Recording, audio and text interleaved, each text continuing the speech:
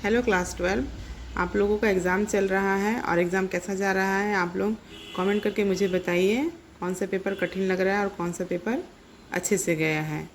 जैसे कि आने वाला है हिस्ट्री का एग्ज़ाम, तो आप लोगों को अगर डिटेल में पढ़ना है तो आप लोग प्लेलिस्ट में जाकर, मेरे चैनल के हिस्ट्री का प्लेलिस्ट में जाकर जितने भी मैंने वीडियो अपलोड किए हैं वहाँ से पढ़ सकते हो। और जैसे कि अभी समय कम है और पढ़ना बहुत है, तो आप लोग इस तरह से मॉडल क्वेश्चन पेपर को रेडी कर सकते हो, ताकि ज़्यादा से ज़्यादा क्वेश्चन पेपर सॉल्व करने से क्या होता है कि बहुत सारे कॉमन आ जाते हैं और आप एग्ज़ाम में अच्छा कर सकोगे। और ज़्यादा डिटेल्स के लिए प्लेलिस्ट चेक कर लीजिए, वहाँ से पढ़ लीजिए।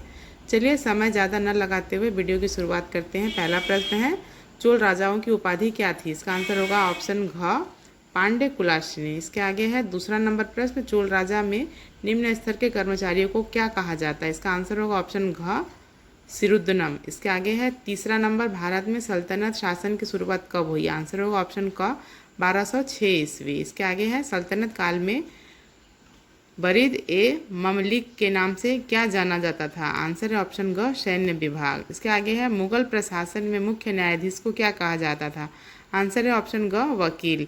छठवां नंबर प्रश्न है, राष्ट्रकूट शासन में गांव सबसे छोटी इकाई थी, इस गांव का प्रशासन कौन चलाता था?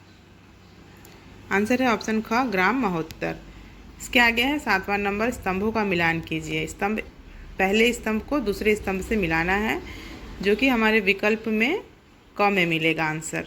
पहले को डी से, दूसरे को ए से, तीसरे को बी से और चौथे को सी से मिलाना है। इसी तरह से आठवां प्रश्न है, निम्न विजयनगर के शासक किस साहित्य को संरक्षण देते हैं? इसका आंसर होगा ऑप्शन घ, संस्कृत, तमिल, तेलुगु, कन्नड़। इसके आगे है नौवां नंबर प्रश्न, निम्नलिखित में से कौन सा सही क्रम है? तो क्रम से सजाना है इन दिए गए विकल्पों को। आंसर मिलेगा ऑप्शन क में, पुर्तगाल। आगे बढ़ते हैं। 10वां नंबर प्रश्न, निर्माण काल के अनुसार सही क्रम में व्यवस्थित कीजिए। इसका आंसर होगा ऑप्शन ग। इसके आगे है 11वां नंबर, मुगल वास्तुकला किस सम्राट के शासनकाल में चरम पर पहुंची? इसका आंसर है ऑप्शन घ, शाहजहां। 12वां नंबर प्रश्न, भक्तिवाद का मूल सिद्धांत क्या है? इसका आंसर है ऑप्शन ख, मनुष्य का ईश्वर से मिलन। इसके आगे है 13वां नंबर, निम्नलिखित में से कौन श्री चैतन्य देव का शिष्य नहीं था? आंसर होगा ऑप्शन क, वल्लभाचार्य। इसके आगे है 14वां नंबर, चिश्ती संप्रदाय के संस्थापक कौन थे? आंसर होगा ऑप्शन ख, नसीरुद्दीन चिराग देहलवी। इसके आगे है 15वां नंबर, शंकर देव ने कहाँ धर्म का प्रचार किया? इसका आंसर होगा ऑप्शन ग, असम। इसके आगे है कादरी सिलसिले के एक सूफी संत कौन थे? इसका आंसर होगा ऑप्शन क, मियाँ मीर। इसके आगे है 17वां नंबर, संगम राजवंश के पहले राजा कौन थे? इसका आंसर होगा ऑप्शन क, पहला हरिहर।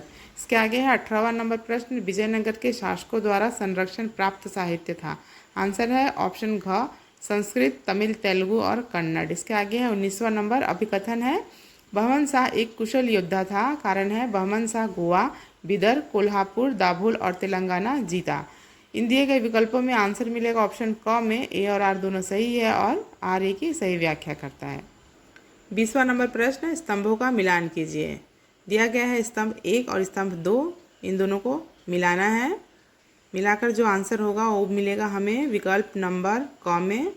पहले को डी से, दूसरे को ए से, तीसरे को बी से और चौथे को सी से मिलाना है। इसके आगे है 21वां नंबर प्रश्न, साम्राज्यवाद एक देश द्वारा दूसरे देश पर प्रत्यक्ष या अप्रत्यक्ष, प्रत्यक्ष या परोक्ष नियंत्रण की स्थापना है, यह किसने कहा? इसका आंसर होगा ऑप्शन ख, चार्ल्स हॉज ने। इसके आगे है 22वां नंबर, फ्रांस का उपनिवेश था? इसका आंसर होगा ऑप्शन ख, अल्जीरिया।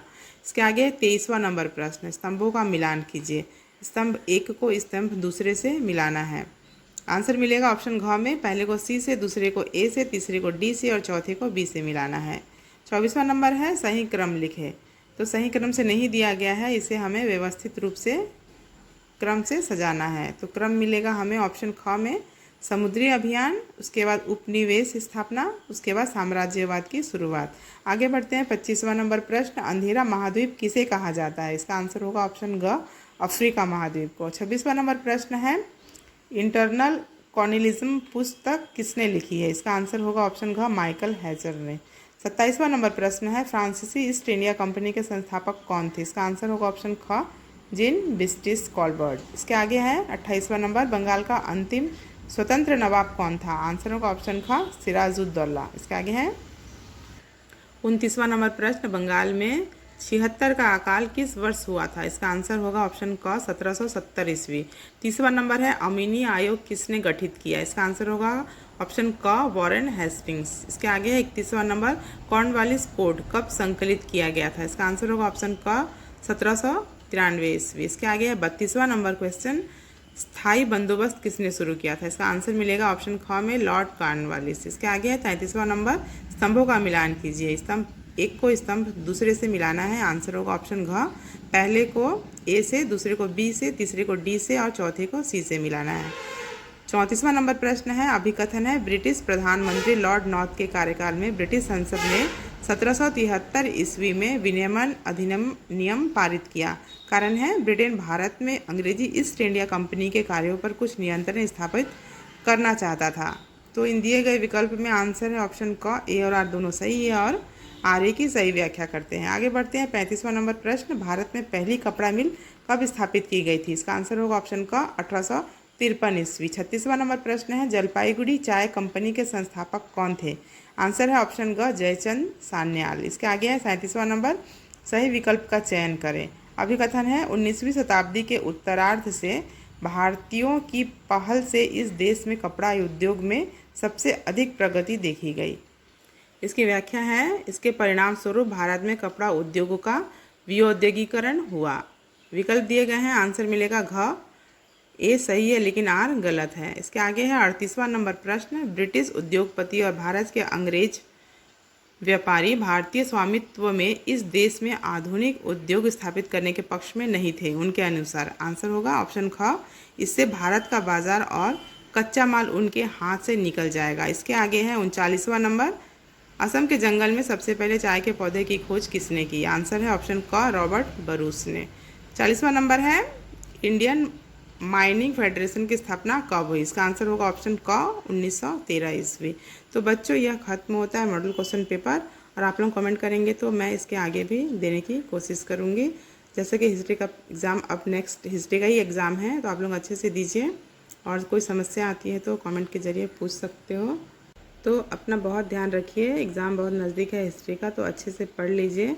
बहुत सारे क्वेश्चन पेपर मैंने अपलोड किए हैं, उससे पढ़िए, क्योंकि अब समय कम होने के कारण आप लोग व्याख्यात्मक रूप से पढ़ नहीं पा रहे हो। तो सिर्फ MCQ कर लीजिए, बहुत सारे मॉडल क्वेश्चन पेपर सॉल्व कर लीजिए, उससे ज़रूर कॉमन फंस जाएंगे और आप लोगों का एग्ज़ाम बहुत अच्छा हो जाएगा। तो ध्यान रखिए, एग्ज़ाम आने वाले हैं, और ब्लैकनिंग भी बहुत अच्छे से करना है ताकि कोई भी क्वेश्चन गलत ना हो जाए और हमारे मार्क्स में कोई रुकावट ना आए। तो इस चीज़ का बहुत ध्यान रखना है आप लोगों को, और आप लोग कमेंट करते रहिए कि आप लोगों का एग्ज़ाम कैसा जा रहा है। मुझे अच्छा लगता है जब आप लोग कमेंट करते हो कि मैम आपकी वजह से एग्ज़ाम बहुत अच्छा जा रहा है, या फिर बहुत सारे कॉमन प्रश्न फंसे हैं, तो बहुत अच्छा लगता है आप लोग ऐसा कहते हो। तो चलिए, इसके आगे जो भी जिज्ञासा है कमेंट के ज़रिए आप लोग मुझसे पूछ सकते हो, मैं उसका आंसर करूँगी।